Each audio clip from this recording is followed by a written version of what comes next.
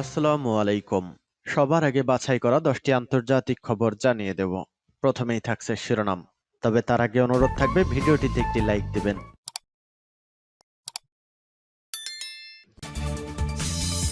জানিয়ে দেব এই মুহূর্তে পাওয়া ইসরায়েল ও ফিলিস্তিনের যুদ্ধের সর্বশেষ আপডেট সংবাদ। ট্যাঙ্ক বিধ্বংসী ক্ষেপণাস্ত্র হামলার কবলে কট্টরপন্থী ইহুদিবাদী ইসরায়েল। এরপর জানিয়ে দেব ইসরায়েলের জন্য ভয়ঙ্কর প্রতিশোধ অপেক্ষা করছে বলছে ইরান। এদিকে লেবাননেও শুরু ইসরায়েলি বর্বরতা, ঘরছাড়া বহু বাসিন্দা। এবং জানিয়ে দিব বাইডেনের অযোগ্য নেতৃত্ব মার্কিনীদের বিশ্বযুদ্ধের দিকে ঠেলে দিচ্ছে বলছে ট্রাম্প। আরো জানিয়ে দিব হুমকির মুখে নাগরিকদের সরিয়ে নিচ্ছে কট্টরপন্থী ইসরায়েলি বেঞ্জামিন নেতানিয়াহু সরকার। সর্বশেষ জানিয়ে দেব দামেস্ক বিমানবন্দরে ইসরায়েলি হামলায় নিহত 2 বলছে সিরিয়া। শুনছিলেন সংবাদ শিরোনাম, এখন বিস্তারিত। তবে তার আগে অনুরোধ থাকবে ভিডিওটিতে একটি লাইক এবং কমেন্টস করে জানিয়ে দিন এই ভিডিও সম্পর্কে আপনার মূল্যবান মতামত। আলহামদুলিল্লাহ, ট্যাঙ্ক বিধ্বংসী ক্ষেপণাস্ত্র হামলার কবলে এবার কট্টরপন্থী ইহুদিবাদী ইসরায়েল। ফিলিস্তিনের স্বাধীনতাকামীদের সংগঠন হামাসের পর এবার প্রতিবেশী দেশের হামলার মুখে পড়েছে ইসরায়েল। দেশটিতে এবার ট্যাঙ্ক বিধ্বংসী ক্ষেপণাস্ত্র হামলা হয়েছে। কাতার ভিত্তিক সংবাদ মাধ্যম আল জাজিরার এক প্রতিবেদনে এ তথ্য জানানো হয়েছে। ইসরায়েলের সেনাবাহিনী জানিয়েছে লেবানন সীমান্তে আবারও হামলার মুখে পড়েছে তারা। এবার ট্যাঙ্ক বিধ্বংসী ক্ষেপণাস্ত্র হামলা হয়েছে। লেবাননের উত্তরাঞ্চলে সীমান্তবর্তী সেবা ফার্ম এলাকায় এ হামলা হয়েছে। সেনাবাহিনীর অপর এক বিবৃতিতে বলা হয়েছে, এ হামলার পর হামলাকারীদের লক্ষ্য করে পাল্টা হামলা চালিয়েছে ইসরায়েল। তবে হামলায় হতাহতের কোনো খবর পাওয়া যায়নি। এর আগে শনিবার রাজধানী তেল আবিব সহ মধ্য ইসরায়েলের বাট ইয়াম আশদোদ শহরে রকেট হামলা চালায় ফিলিস্তিনি সশস্ত্র যোদ্ধারা। এরপর অন্তত 18টি অঞ্চলে রেড অ্যালার্ট জারি করা হয় বলে জানায় Times of Israel. Red alert জারি করা এসব জায়গার মধ্যে ছিল তেল আবিবের সিটি সেন্টার, দক্ষিণ তেল আবিব, জাফা, বাতিয়াম এবং লাখিস অঞ্চলের আসুদদের উত্তরের শিল্প অঞ্চল, আসুদদের আলিফ বেথ দালিথেই। এছাড়াও দক্ষিণ শেফালার কাফর হানাগিত অঞ্চলেও রেড অ্যালার্ট জারি করা হয়। তার আগে দক্ষিণ ইসরায়েলের কিছু শহরে হামলা করে ইরান সমর্থিত গ্রুপ হিজবুল্লাহ। হামলায় আক্রান্ত এইসব এলাকায় এখন পর্যন্ত হতাহতের সংখ্যা নিশ্চিত করা যায়নি। অন্যদিকে ফিলিস্তিন ইসরায়েল যুদ্ধের মধ্যে মধ্যপ্রাচ্যের বিভিন্ন দেশের মার্কিন সামরিক ঘাঁটিতে দফায় দফায় হামলা হয়েছে।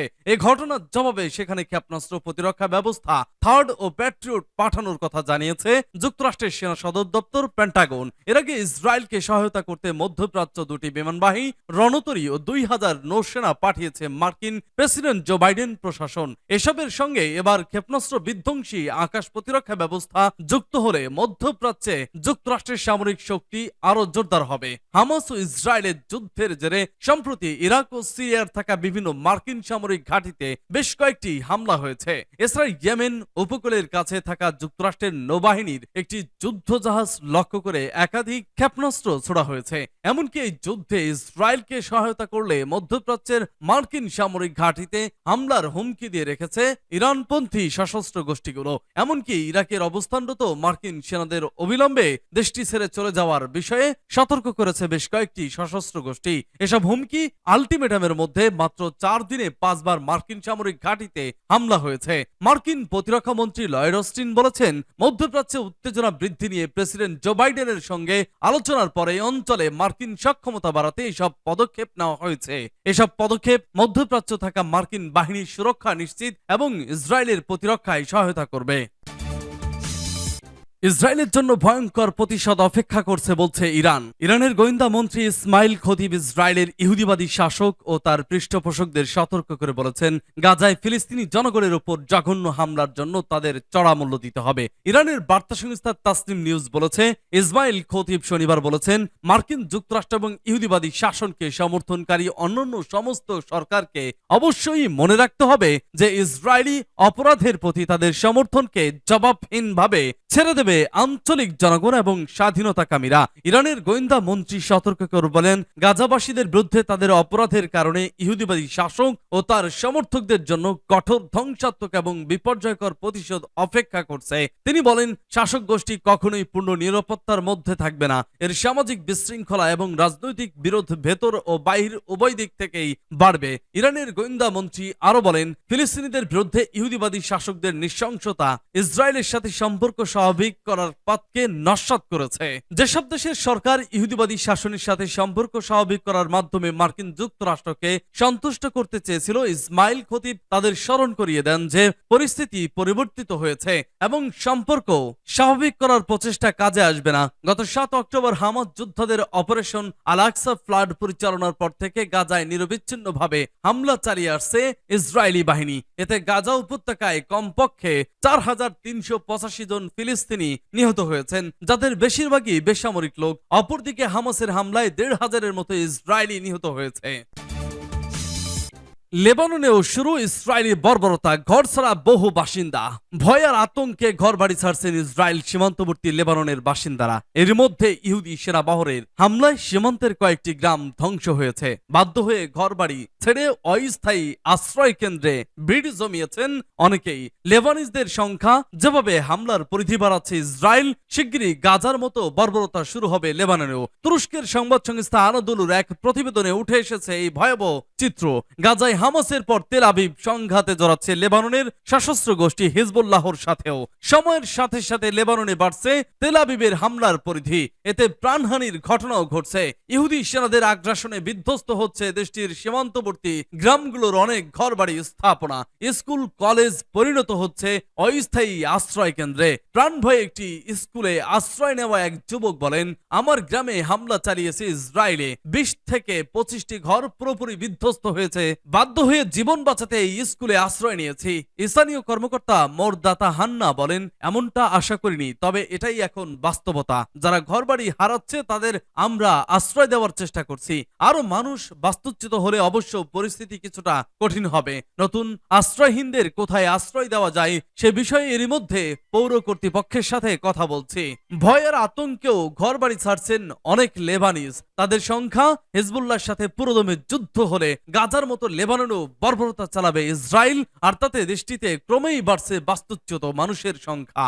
আতঙ্কিত লেবাননের এক নাগরিক বলেন, ভেবেছিলাম পরিস্থিতি শান্ত হয়ে যাবে, তবে এখন মনে হচ্ছে ইহুদি এত সহজে থামবে না। গাজায় যা ঘটছে তা তো দেখতেই পাচ্ছে সবাই। পুরোপুরি গণহত্যা শুরু করেছে ইসরায়েল। কোনো মানুষকেই তারা মানুষ মনে করে না। লেবাননের দক্ষিণাঞ্চল জুড়ে বিরাজ করছে যুদ্ধ পরিস্থিতি। হামলা আতঙ্কে লেবানন ভ্রমণে নাগরিকদের সতর্ক করেছে অনেক দেশ। আন্তর্জাতিক মহল বলছে, তেল আবিব ও হিজবুল্লাহর সংঘাতের কারণেই যুদ্ধ মধ্যপ্রাচ্য ছড়িয়ে পড়ার সংখ্যা বাড়ছে। ট্রাম্পের দাবি, বাইডেনের অযোগ্য নেতৃত্ব মার্কিনীদের বিশ্বযুদ্ধের দিকে ঠেলে দিচ্ছে। মার্কিন প্রেসিডেন্ট জো বাইডেন অযোগ্য নেতৃত্ব যুক্তরাষ্ট্রকে তৃতীয় বিশ্বযুদ্ধের দিকে ঠেলে দিচ্ছে বলে অভিযোগ করেছেন দেশটির সাবেক প্রেসিডেন্ট ডোনাল্ড ট্রাম্প। শনিবার সামাজিক যোগাযোগ মাধ্যম ট্রুথ সোশ্যালে শেয়ার করা এক পোস্টে ফিলিস্তিন ইসরায়েল যুদ্ধ নিয়ে বাইডেনের কঠোর সমালোচনা করেন তিনি। আরটি নিউজের এক প্রতিবেদনে বলা হয়েছে, ডোনাল্ড ট্রাম্প দাবি করেছেন বাইডেনের নির্বুদ্ধিতার কারণেই যুক্তরাষ্ট্র নীরবে একটি নতুন বৈশ্বিক সংঘাতের দিকে ধাবিত হচ্ছে। বাইডেনের কোনো ধারণা নেই যে তিনি দেশকে কোন দিকে নিয়ে যাচ্ছেন। চলতি বছরের শুরুতেই ট্রাম্প দাবি করেছিলেন তিনি যদি এখন যুক্তরাষ্ট্রের প্রেসিডেন্ট থাকতেন তাহলে রাশিয়া ইউক্রেন যুদ্ধ শুরু হতো না। যদি শুরু হতো তাহলেও তিনি 24 ঘন্টার মধ্যে দুই পক্ষকে সমঝোতায় এনে যুদ্ধের। এর আগে ট্রাম্প বলেছিলেন তিনি যদি আবারও প্রেসিডেন্ট নির্বাচিত হন তাহলে ফিলিস্তিনের মুক্তিকামী সংগঠন হামাসকে সমর্থনকারী অভিবাসীকে যুক্তরাষ্ট্রে ঢুকতে দেবেন না। তাছাড়া হামাসের সমর্থনে কোনো বিক্ষোভ হলে তা দমন করতে পুলিশ মোতায়েন করবেন ও প্রকাশ্যে হামাসকে সমর্থন দেওয়া অভিবাসীদের গ্রেপ্তার করে যুক্তরাষ্ট্র থেকে বের করে দেওয়া হবে। তিনি আরো বলেছিলেন, আমাদের দেশের দিকেই তাকিয়ে দেখুন, কত কত দেশ থেকে আমাদের দেশের লোকজন ঢুকছে, ঘুরে বেড়াচ্ছে, আমরা জানিও না। তারা কোথা থেকে এসেছে? আজ ইসরায়েলে হামলা হয়েছে, আগামীতে যে আমরাও নিরাপদ থাকব তার নিশ্চয়তা কি? জো বাইডেন আমাদের নিরাপত্তার জন্য কোনো পদক্ষেপ নেননি। 2021 সালে ওয়াশিংটনের ক্যাপিটল হিলে হামলার পর সাবেক মার্কিন প্রেসিডেন্ট ডোনাল্ড ট্রাম্পকে ফেসবুক ও এক্স থেকে নিষিদ্ধ করা হয়। এরপরই মার্কিন প্রেসিডেন্ট জো বাইডেনকে উপহাসের জন্য তিনি সামাজিক যোগাযোগ মাধ্যম ট্রুথ সোশ্যালে যুক্ত হয়। সামাজিক যোগাযোগ মাধ্যম ট্রুথ সোশ্যাল তার প্রতিষ্ঠিত একটি ডানপন্থী প্ল্যাটফর্ম। 2017 থেকে 21 সাল পর্যন্ত যুক্তরাষ্ট্রের প্রেসিডেন্ট ছিলেন রিপাবলিকান নেতা ট্রাম্প। আগামী 2024 সালের প্রেসিডেন্ট নির্বাচনেও লড়তে চান তিনি, এজন্য তিনি প্রচারাভিযান শুরু করেছেন। সূত্র আরটি নিউজ। লেবানন সীমান্ত থেকে নাগরিকদের সরিয়ে নিচ্ছে ইসরায়েল। ইসরায়েলের প্রতিরক্ষা বাহিনী এবং প্রতিরক্ষা মন্ত্রণালয় রোববার লেবানন সীমান্ত থেকে 14টি সম্প্রদায়ের মানুষকে সরিয়ে নেওয়ার পরিকল্পনা করেছে। হিজবুল্লাহর ক্রমাগত রকেট ও মিসাইল হামলার কবলে এমন সিদ্ধান্ত নিয়েছে ইসরায়েলি কর্তৃপক্ষ। প্রতিরক্ষা মন্ত্রণালয়ের ন্যাশনাল ইমার্জেন্সি ম্যানেজমেন্ট অথরিটি জানিয়েছে, রাষ্ট্রীয় খরচে চালিত গেস্ট হাউসে নিয়ে যাওয়া হবে তাদের। লেবাননের সঙ্গে 2 কিলোমিটার সীমান্ত জুড়ে থাকা 28টি সম্প্রদায়ের মানুষকে গত সপ্তাহে এনইএমএ সরিয়ে নেওয়ার কাজ শুরু করেছে। এ তালিকায় কিরআত সোমা শহরও রয়েছে।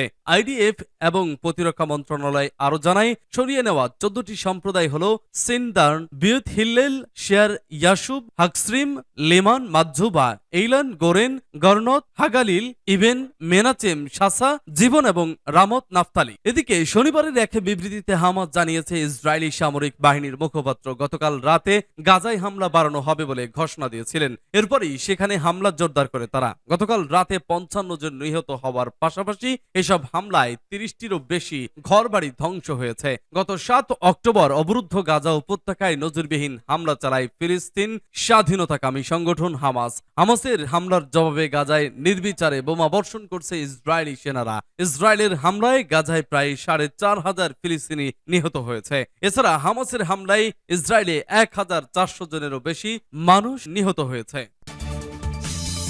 দামেস্কো বিমানবন্দরে ইসরায়েলি হামলায় নিহত 2, বলছে সিরিয়া। সিরিয়ার দামেস্কো বিমানবন্দরে ইসরায়েলি বোমা বর্ষণের ফলে অন্তত 2 শ্রমিক নিহত হয়েছেন। রবিবার সিরীয় কর্মকর্তারা এই দাবি করেছেন। ব্রিটিশ বার্তা সংস্থা রয়টার্স এ খবর জানিয়েছে। সিরিয়ার জেনারেল ডিরেক্টরেট অব মেটিওরোলজি এক বিবৃতিতে বলেছে, নিহত 2 কর্মী তাদের কর্মী এবং বিমানবন্দরে কাজ করছিলেন। সিরিয়ার রাষ্ট্রীয় বার্তা সংস্থা সানা জানিয়েছে, দামেস্কো ও আলেপ্পোর আন্তর্জাতিক বিমানবন্দর আক্রান্ত হয়েছে। এর আগে 12 অক্টোবর দামেস্কো ও আলেপ্পোর বিমানবন্দরে ইসরায়েল হামলা চালিয়েছে বলে দাবি করেছিল সিরিয়া। হামলায় 2 শহরের 2টি বিমানবন্দরের রানওয়ে ক্ষতিগ্রস্ত এবং কার্যক্রম সাময়িক বন্ধ হয়। আলেপ্পো ও দামেস্কো বিমানবন্দর সহ সিরিয়ায় ইরান সংশ্লিষ্ট স্থাপনায় অনেক বছর ধরে হামলা চালিয়ে আসছে ইসরায়েল। সূত্রগুলো দাবি করে আসছে, সিরিয়ার ইরানের স্লাইপান লাইন ব্যবহৃত করায় বিমানবন্দরে হামলার লক্ষ্য। 2011 সালে সিরিয়ায় গৃহযুদ্ধ শুরু হওয়ার প্রেসিডেন্ট বাশার আল আসাদকে সমর্থন ও সহযোগিতার মাধ্যমে দেশটিতে ইরানের উপস্থিতি ও প্রভাব বেড়েছে।